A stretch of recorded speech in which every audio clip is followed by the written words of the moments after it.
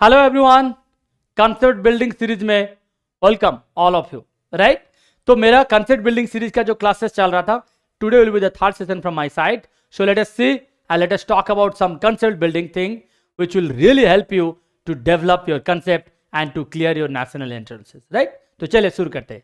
आज हम लोग जिस चीज के ऊपर बात करेंगे वो होगा पेप्टाइड डाइजेशन। जब हम लोग पेप्टाइड को डाइजेस्ट करते हैं using protease, so that will be an important concept to deal with. So let us start. So जो मैंने बोल रहा था कि आज होगा कंसेप्ट 3 मेरे साइड से, पेप्टाइड डाइजेशन करेंगे हम लोग यूजिंग प्रोटीएज। राइट, चलो देखते हैं कैसे करेंगे। अच्छा, पहले मैं आपको दिखाऊंगा कि कैसे आप पेप्टाइड डाइजेस्ट करोगे, उसका जनरल रूल क्या है। What is the general rule for that, I will tell you. देखो, मान लीजिए फॉर एन एग्जांपल कुछ ऐसा पेप्टाइड है, methionine, valine, lysine, aspartic acid, leucine. Right, एक ऐसा है, यहाँ पे है एन टर्मिनल, यहाँ पे है सी टर्मिनल। राइट, अब इसको डाइजेस्ट करोगे using trypsin, for an example using trypsin. आप ट्रिप्सिन देके इसको डाइजेस्ट करोगे। देखो, कुछ चीज मैं बता रहा हूं, please remember. First thing, this proteases, whether it is trypsin, whether it is chymotrypsin, whether it is cyanogen bromide, whether it is pepsin, anything, these proteases are endoprotease. These are not exoprotease. मतलब they will not digest on any terminal residue. They will digest only inside. They will digest only inside. So मैं इसको थोड़ा extend कर रहा हूं, then आपको पता चलेगा मैं क्या बोलना चाह रहा हूं। वेट जस्ट ए मिनट, इसको मैंने यहां से हटा रहा हूं, इसको थोड़ा और एक्सटेंड कर देता हूं। ठीक है,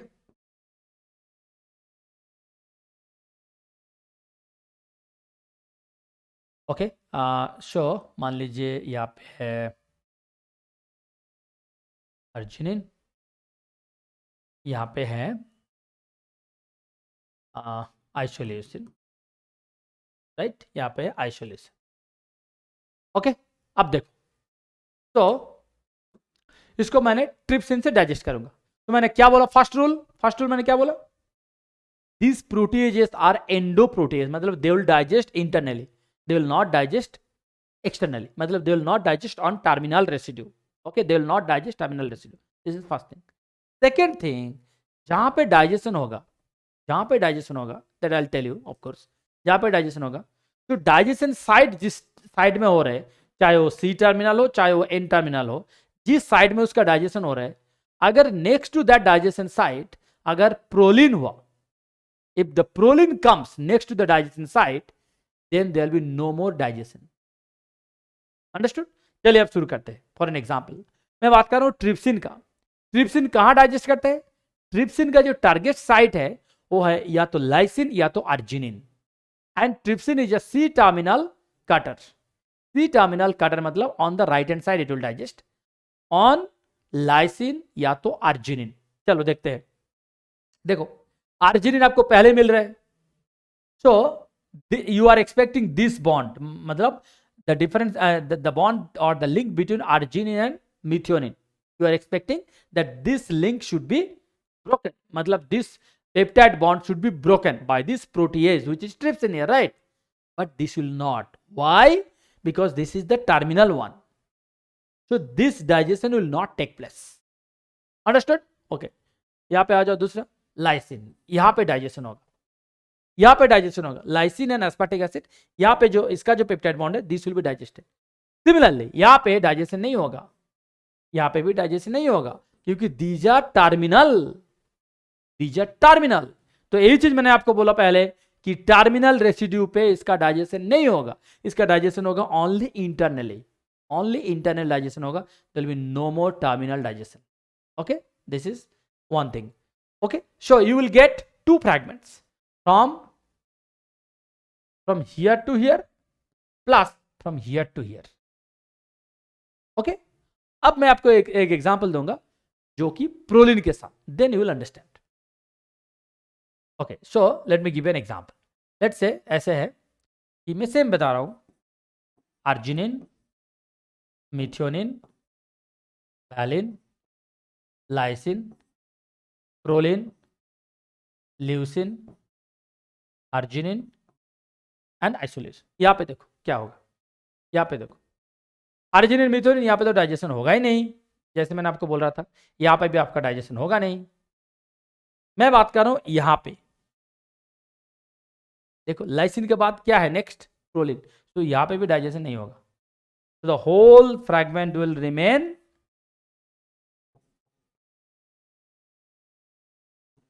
remains अनडाइजेस्टेड. डाइजेशन होगा ही नहीं. अंडरस्टूड? अंडर समझ में आया? बहुत सिंपल है, राइट? तो चलिए शुरू करते हैं. इसका टोटल सेशन हम लोग कुछ डिस्कस करेंगे with some question analysis, so that it will be much more interacting and much more, you can say you will get lot of interest on this. Okay, चलो शुरू करते हैं. देखो पहले मैं आपको बताऊंगा कि जो मैंने आपको बोल रहा था कि इसका जो डाइजेशन साइट है, जिसको हम लोग क्लीवेज साइट भी बोल सकते हैं. देखो कहाँ का इसका साइट है. ये CNBR जो है ये इंपॉर्टेंट है, साइनोजन ब्रोमाइड. इसका डाइजेशन साइट होगा बेसिकली मिथ्योनिन. इसको याद रखो क्योंकि this is very common. Then trypsin, chymotrypsin, these are also very common, and carboxypeptidase. Okay, trypsin के लिए यहाँ पे डाइजेशन होगा लाइसिन या तो अर्जिनिन.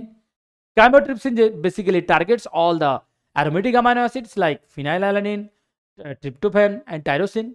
राइट, देखो tyrosine, tryptophan and phenylalanine. And in addition to that कुछ ल्यूसिन एंड मिथ्योनिन के केस में भी आपको देखने को मिलेगा. This is star case. Star मतलब कुछ रेयर केसेस, क्योंकि जनरली आपको आप अगर किसी दूसरे किताब फॉलो करोगे देखोगे then you will see that chymotrypsin का केस पे generally they mention aromatic amino acids. So in hardly few cases you will see they have mentioned that it can also act on leucine and methionine. So that's why I'm telling you this occurrence is very rare, less frequent. Otherwise tryptophan, tyrosine and phenylalanine is the most frequent. So please remember. So अगर किसी question में आपको chymotrypsin दिया, मैं आपको बता रहा हूँ, किसी क्वेश्चन में अगर आपको टायरोसिन दिया, काइमोट्रिप्सिन दिया, you please work on only aromatic amino acids because these two are rare cases. Okay, so please don't consider this. Okay, now हम लोग अभी बात करेंगे कुछ क्वेश्चंस को लेकर, राइट? चले देखते हैं.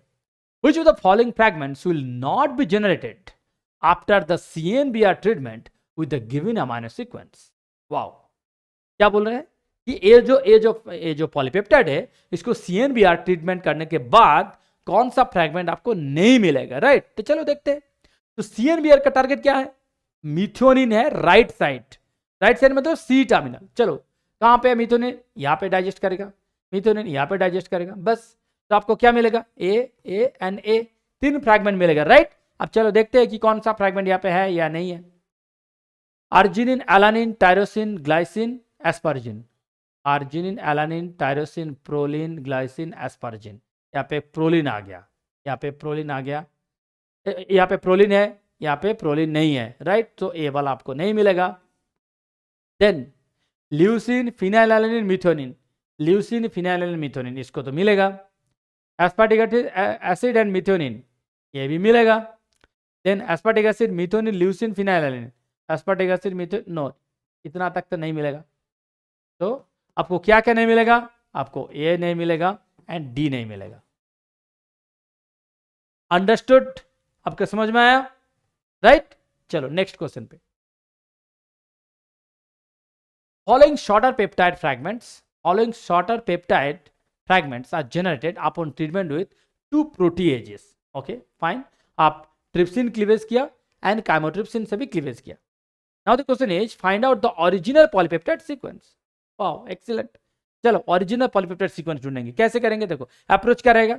आपको कुछ ज्यादा करने का जरूरत नहीं है. आप ये जो ऑप्शन दिया हुआ है ना, you start with the option. Don't try to match this after this after this. This will take lot of time and don't do it. That is not the right approach. Right approach होगा you start with the option. चलो देखते हैं, मैं बता रहा हूं कैसे होगा. मान लीजिए हम लोग पहले ट्रिप्सिन से एक बार देख लेंगे, राइट? ट्रिप्सिन से देखेंगे. चलो, सो ट्रिप्सिन कहां डाइजेस्ट करेगा? क्या बताया था मैंने? लाइसिन या तो अर्जिनिन में डाइजेस्ट करेगा ऑन राइट साइड, मतलब सी टर्मिनल. सो आर्जिनिन यहाँ पे डाइजेस्ट करेगा, आर्जिनिन यहाँ पे डाइजेस्ट करेगा, राइट। सो अगर आप ट्रिप्सिन से डाइजेस्ट कर रहे हो तो आपको ये मिलना चाहिए, ल्यूसिन आर्जिनिन मिलना चाहिए। ल्यूसिन के साथ आर्जिनिन तो यहाँ पे नहीं है, तो ए वाला ऑप्शन को आप हटा सकते हो, option A is gone.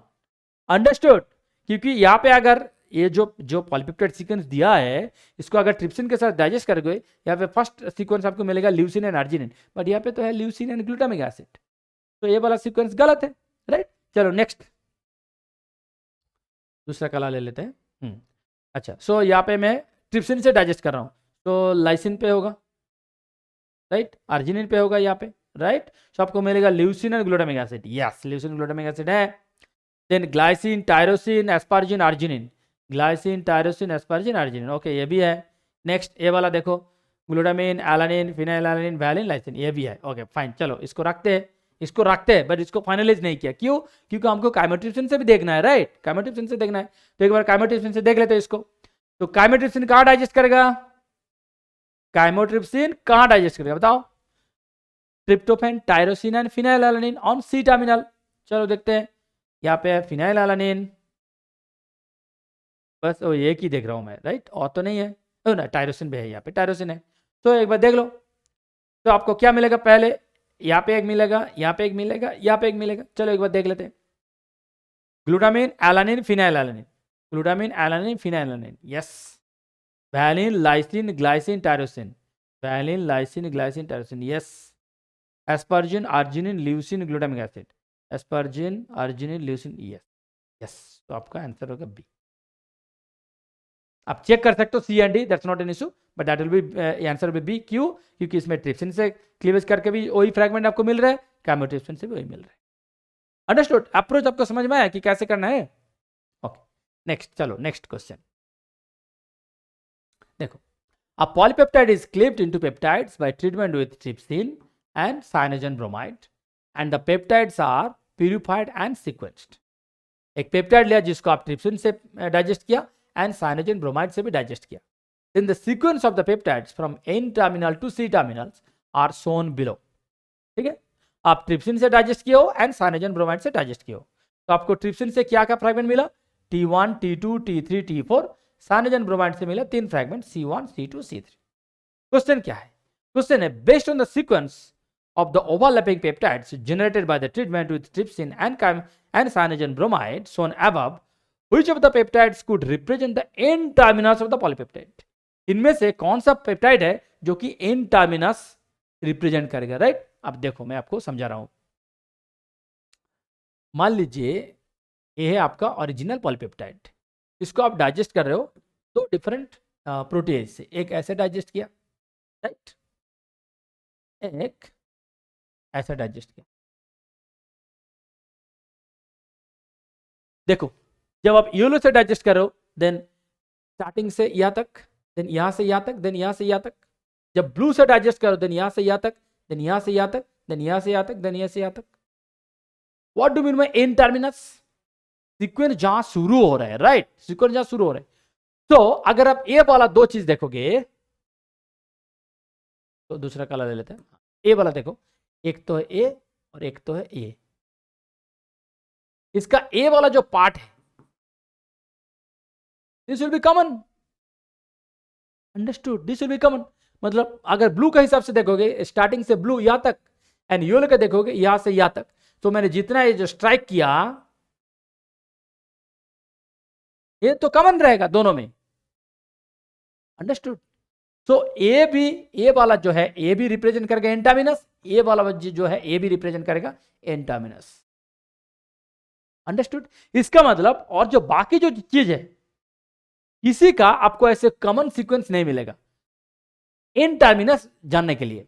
Common मिलेगा, but that will not become an terminus, that will become a part of middle sequence or part of last sequence C terminus। Are you getting my point? अगर n terminal को आपको ढूंढना है, then you should choose those two sequences which begins with the same sequence। देखो same sequence। अब इन दोनों में से हमको देखना है कि कौन सा दो सीक्वेंस है which begins with the same sequence। Understood? अब देखो इसका क्या कि कहां से शुरू हो रहा है, GASM, यहाँ पे देखो कहीं पे GASM से शुरू हो रहा है नहीं, तो ए वाला एन टर्मिनस रिप्रेजेंट नहीं करेगा।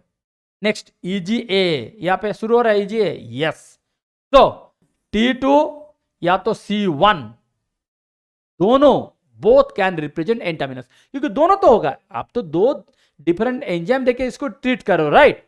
सो चाहे अगर आप साइनेजन ब्रोमाइड के हिसाब से देखोगे, सो C1 will represent N terminus, अगर आप ट्रिप्सिन के हिसाब से देखोगे तो T2 will represent N terminus, तो बोथ आई मीन दोनों can represent N terminus, understood. चलो और भी कुछ देख लेते हैं। DCBH आपको मिल रहा है, DCBH यहाँ पे बिगिनिंग पे नहीं, YLIA मिल रहा है at the beginning, no, so these are not your n terminus, तो your answer will be या तो T2 या तो C1, देखो जहां पे, understood। नेक्स्ट क्वेश्चन नंबर 4, अ पेप्टाइड ऐसे दिया हुआ है was digested with trypsin, इसको आप ट्रिप्सिन से डाइजेस्ट करोगे तो कौन सा फ्रैगमेंट आपको मिलेगा, राइट। चलो देखते हैं, ट्रिप्सिन यहाँ पे डाइजेस्ट करेगा, लाइसिन के बाद यहाँ पे डाइजेशन नहीं होगा क्योंकि यहाँ पे प्रोलिन है, राइट। ट्रिप्सिन सिर्फ लाइसिन एंड अर्जिनिन को डाइजेस्ट करेगा, तो आपको मिलेगा सिर्फ ए एंड टोटल, देखो एलानिन एंड अर्जिनिन, बट यहाँ पे अलग हो गया, ये देखो प्लस दिया हुआ है, सो दिस इज रॉन्ग। यहाँ पे कहाँ है plus, this is also wrong. यहाँ पे एलानिन के बाद प्लस है, sorry this is also wrong, this is यहाँ पे प्लस है, this will be correct. Understood. देखो क्वेश्चन बहुत आसान है, आपको सिर्फ याद रखना है कि कौन कहां पे डाइजेस्ट करता है, right. Next, this is a very interesting question, my favourite question. देखो, a protein has 4 equally spaced chymotrypsin sensitive sites which results in peptide fragments like A1, A2, A3, A4 and A5, right. तो मान लीजिए ऐसे कुछ है जहां पे 4 equally spaced chymotrypsin site है, तो आपको क्या क्या मिलेगा, आपको क्या क्या मिलेगा, यहाँ पे 5 सीक्वेंस मिलेगा, right. A1, A2, A3, A4, A5, 4 sequence आपको मिलेगा, राइट। Okay fine. नाउ यहाँ पे बोल रहे कि peptides A5 and A2 represents N terminal and C terminal. A5 represents N terminal, A2 represents C terminal, देखो,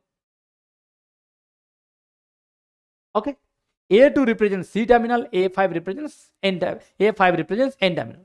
Now you are asked to synthesize this protein with a radio-labeled amino acid. Okay, fine. At time t equals to 0,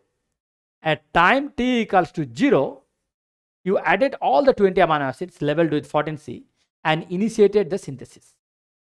At time t equals to 6, full length protein is synthesized. मतलब पूरा protein को synthesise करने के लिए आपको 6 minute चाहिए. If you stop the synthesis of the protein in time t equals to 1.5, what will happen? It will be incompletely synthesized. The protein will be synthesized incomplete, partial synthesis. So basically, if it takes 6 minutes to synthesize, and if you stop it in 1.5, so basically means theoretically, you will synthesize only 25% of the protein. Only 25% of the protein. Now, after that, you digest the protein with chymotrypsin. Which peptide will have maximum potency level than others? अब एक बात बताओ, first of all ये जो मैंने यहाँ पे A1, A2, A3, A4, A5 लिखा, ये जो सीक्वेंस लिखा, this sequence is not right, mind it. Sequence कैसे होगा?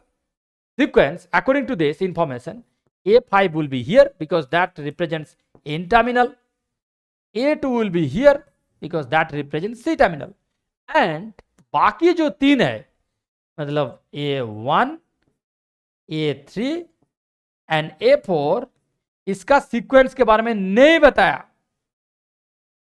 इसका सीक्वेंस के बारे में नहीं बताया. इसके बाद भी A4 आ सकता है, इसके बाद A3 भी आ सकता है, इसके बाद A1 आ सकता है. I don't know because that is not informed in the question.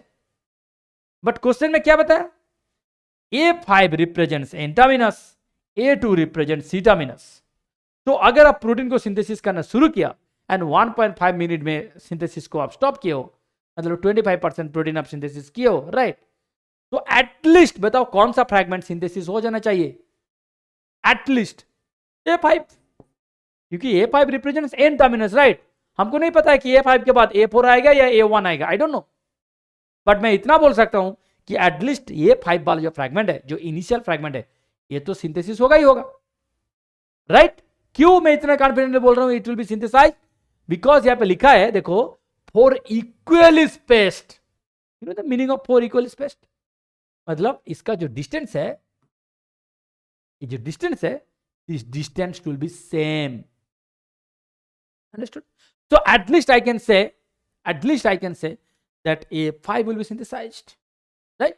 So जो synthesized होगा उसका रेडियोएक्टिविटी सबसे ज्यादा होगा, क्योंकि आप उसी को तो अमीनो एसिड से फीड कर रहे हो, राइट। तो जो सिंथेसिस होगा उसका अमीनो एसिड, उसका रेडियो लेवल जो एलिमेंट है potency, that will be more, so your answer will be A5, right?